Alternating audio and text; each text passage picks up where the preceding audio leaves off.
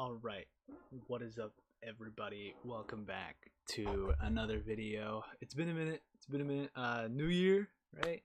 We're actually well into the new year. It is 2/17, or 2/16, January 11th, and yeah. So I was just scrolling through TikTok. My TV's on, and I decided um that I saw someone post a video talking about the Letterboxd year kind of review, what they watched in the year 2024, and that reminded me Letterboxd did like a similar thing, kind of like how Spotify Wrapped does it, where they do a Letterboxd Wrapped 2024 summary.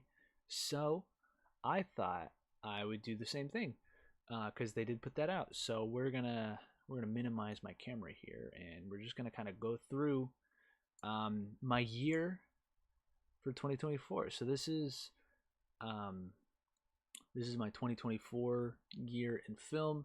For 2024, I watched 141 movies, which is quite a lot if you think about it.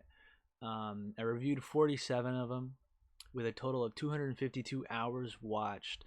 So um, that's almost 2 weeks straight of just watching movies, which is we're shooting for bigger this year. For this year, I'm trying to watch for 2025. I'm trying to watch. I'm trying to watch a movie every day. Um, so yeah, so far, I just finished watching the Devil Wears Prada, so we're up to day 11 of that. I believe at this point we've seen 13 movies because some of the days I doubled up. Um, so yeah, but let's get into it here. So my most watched actor apparently was Nicholas Hoult. Kind of crazy. So if we go here, we obviously have four movies that he was in: Mad Max Fury Road, the Garfield movie, X-Men First Class, and Nosferatu. Um, so those were the movies of his and I was kind of surprised. I was like, really? I feel like I watched a lot more Ryan Gosling movies this year, but those are probably because I'd watch one and then I'd rewatch it with my friends or something like that. And that's kind of like because I was like, wow, only four movies. I figured something else, but yeah. And my most watched director was honestly kind of surprising too. Is Satoshi Kon, and I only watched two movies of his: Tokyo Godfathers and Millennium Actress. I was kind of surprised by Satoshi Kon being up here, just because I was like, I feel like I watched like a bunch of Kurosawa this year, more than two Kurosawa films, right? I don't know, or I guess last year, my bad. But I guess I didn't. I think I'm bleeding 2023 and 2024 together. So that's probably what happened there. But I'm sure this is honestly tied with maybe a couple other directors. It's just that Satoshi Kon, I guess, was like the most recent one I watched. So maybe that's it. And then we got the highest rated 2024 films. These are the highest three, like the three highest films I rated in that came out in 2024. So obviously Dune Part 2, I rated 5 stars. Just an insane movie. I'm so happy I saw this in the Dolby. And if you guys didn't see it in the Dolby or like in an IMAX, like you missed out because the sound design was just incredible. Dune Part 2, like the first one was super slow, and I was like, yeah, it's okay, it's good, but like nothing, not a whole lot happened. This is where everything happened, and it was just so good. Like I couldn't believe it, just how good it was. I like left the theater and I was like, oh my god, And then we have Look Back, rated 5 stars. This I read this manga because this is adapted from a manga by Tatsuki Fujimoto, who is the author of Chainsaw Man, and Fire Punch and Goodbye Eri. Um, he made two one shots in the hiatus, his time off between writing Chainsaw Man Part 1 and Part 2, which is currently going on. Um, he made Goodbye Eri and Look Back. And I remember I read Look Back when it came out, and it was really good. And so when I heard that they were getting an animated movie about it, I was like, okay, cool. And it was it's only 58 minutes, so a little under an hour. It's on Amazon Prime if you guys want to go watch it. It's very good. Um, and yeah, it's a great adaptation of the movie, or not the movie, the manga. The adaptation really adds a lot that the manga just it has, but it's not fully fleshed out. Like for instance, the comic strip panels, um, that one of the main character girl that she would draw, like the funnies or whatever, they fully animated those and kind of expanded on them more rather than just four panels, you know. um so it was super good, right? And then we have the Wild Robot with 4.5 stars. I saw this in 3D. I would have preferred not to have seen it in 3D, but I was like the only showing they had. The Wild Robot, I thought it was really good. I cried 3 separate times in the movie.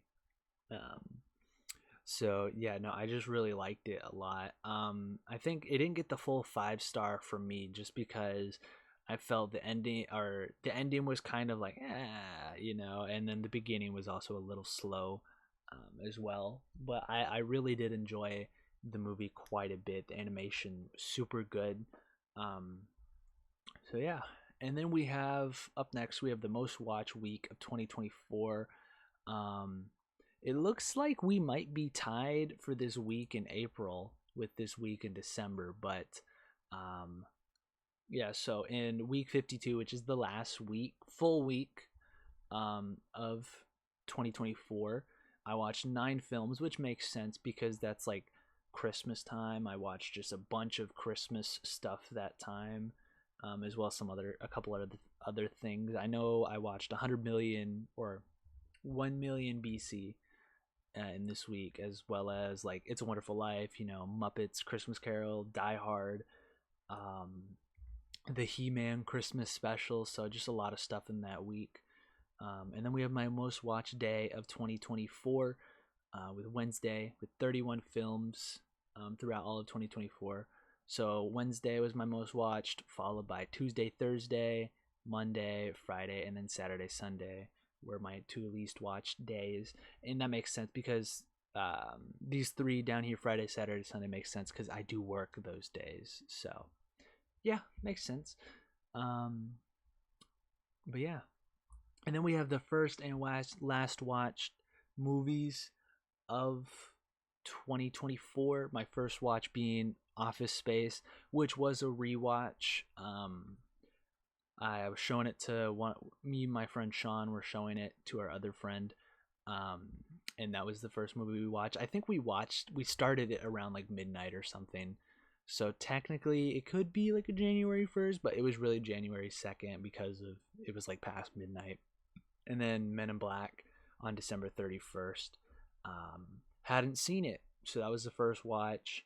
I've seen a bunch of clips from it, so I practically knew the movie, but I hadn't seen it. So, and based on the ending, I'm very surprised that they made 2 more, even though I like saw the third one in theaters, which is kind of crazy. Yeah, but I'm very surprised they made 2 more, especially with that ending. So yeah, and then we have some diary milestones. I'm assuming we would have had more if I like did 150, I'd get like a 150 milestone or something like that. But we have some diary milestones. So we have the 50th movie watched of this year being First Blood, which if you don't know, it's Rambo 1, very good movie.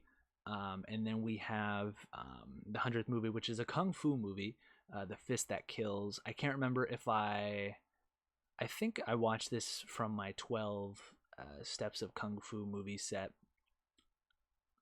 So yeah, those were the 50th and 100th movies that I watched. And then my most watched theme was crude humor and satire. And I haven't looked at this, but this makes a lot of sense. I love watching kind of goofy movies, just because they're so unserious, you know, and they're just so easy to put on and just kind of watch.